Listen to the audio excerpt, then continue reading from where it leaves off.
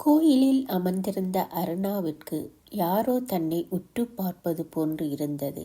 திரும்பி பார்த்தால் ஒரு வயதான பெண்மணி புன்னுருவல் செய்தாள். தானும் பதிலுக்கு புன்னுருவல் செய்தபடி திரும்ப நினைத்தவளை கையசைத்து தன்னருகே வரும்படி கூப்பிட்டார்.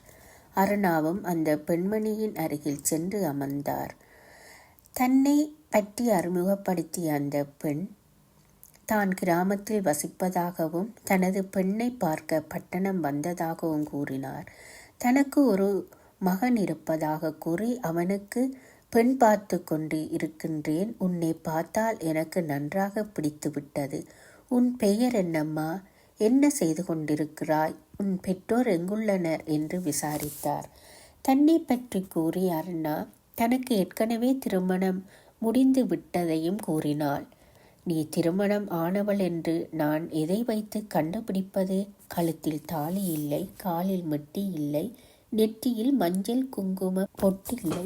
இவ்வாறு அடுக்கிக் கொண்டே சென்றார். அவர் கிராமத்தில் இருந்து வந்திருப்பதால் அவற்றுக்கு மிகவும் மரியாதை கொடுப்பதை உணர்ந்தேன்.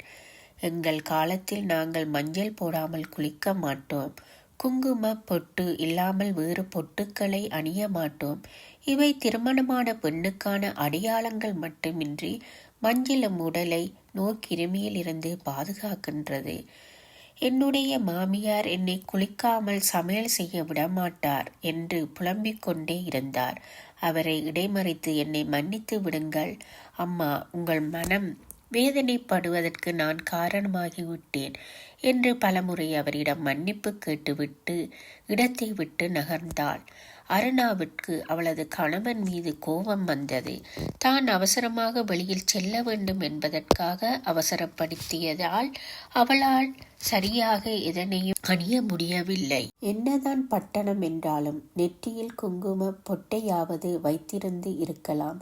தேவையில்லாமல் அந்த அம்மாவை கவலைப்பட வைத்து விட்டேன் என நினைத்தவள் தனக்குள் மனதார மன்னிப்பு கேட்டுவிட்டு வீட்டை நோக்கி நடந்தாள்.